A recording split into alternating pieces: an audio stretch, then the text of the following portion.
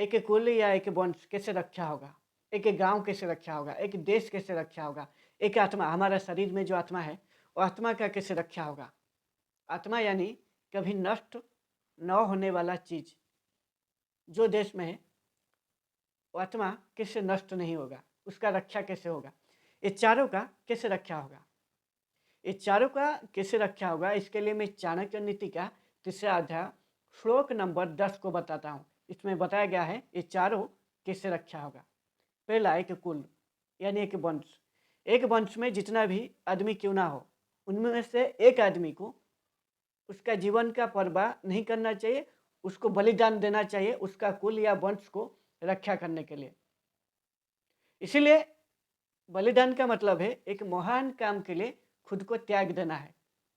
वो मरने का जैसा है, मरने के लिए भी तैयार का जैसा है। वो मर जाए कोई बात नहीं है, लेकिन वो महान काम होना चाहिए।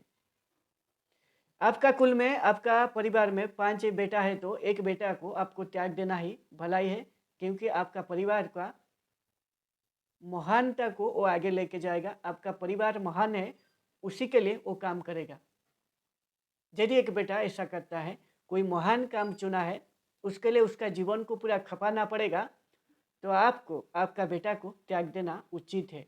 ऐसा चाणक्य नीति कहता है। ये आपको भी बिल्कुल सच लगेगा, क्योंकि ये झूठ नहीं है, बिल्कुल सत्य है।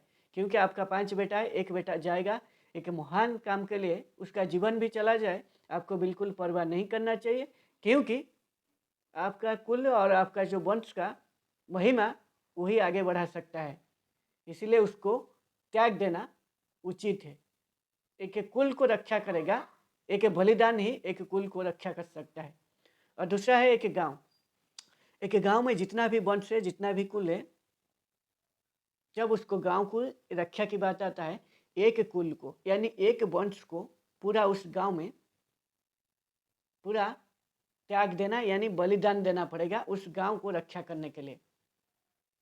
जब उस गांव का एक कुल पूरा बलिदान देगा उस गांव को रक्षा करने के लिए, तब जाके रक्षा होगा। एक कुल बलिदान देगा तो उसको देख के और भी कुल तैयार होंगे, फिर वो बहुत ही बड़ा संग्राम हो जाएगा, इसीलिए वो गांव बच पाएगा। तीसरा है एक देश। एक देश को रक्षा की बात जब आएगा, देश की रक्षा के लिए एक एक गांव को बलिदान देना पड़ेगा। एक एक गांव में कितना आदमी है, कई सारे आदमी होंगे, 1000, 500 या 2000 या 3000 या 200-300 हो सकते हैं आदमी। जितना बड़ा गांव होगा उतना आदमी होंगे, जितना गांव छोटा होगा उतना कम होंगे।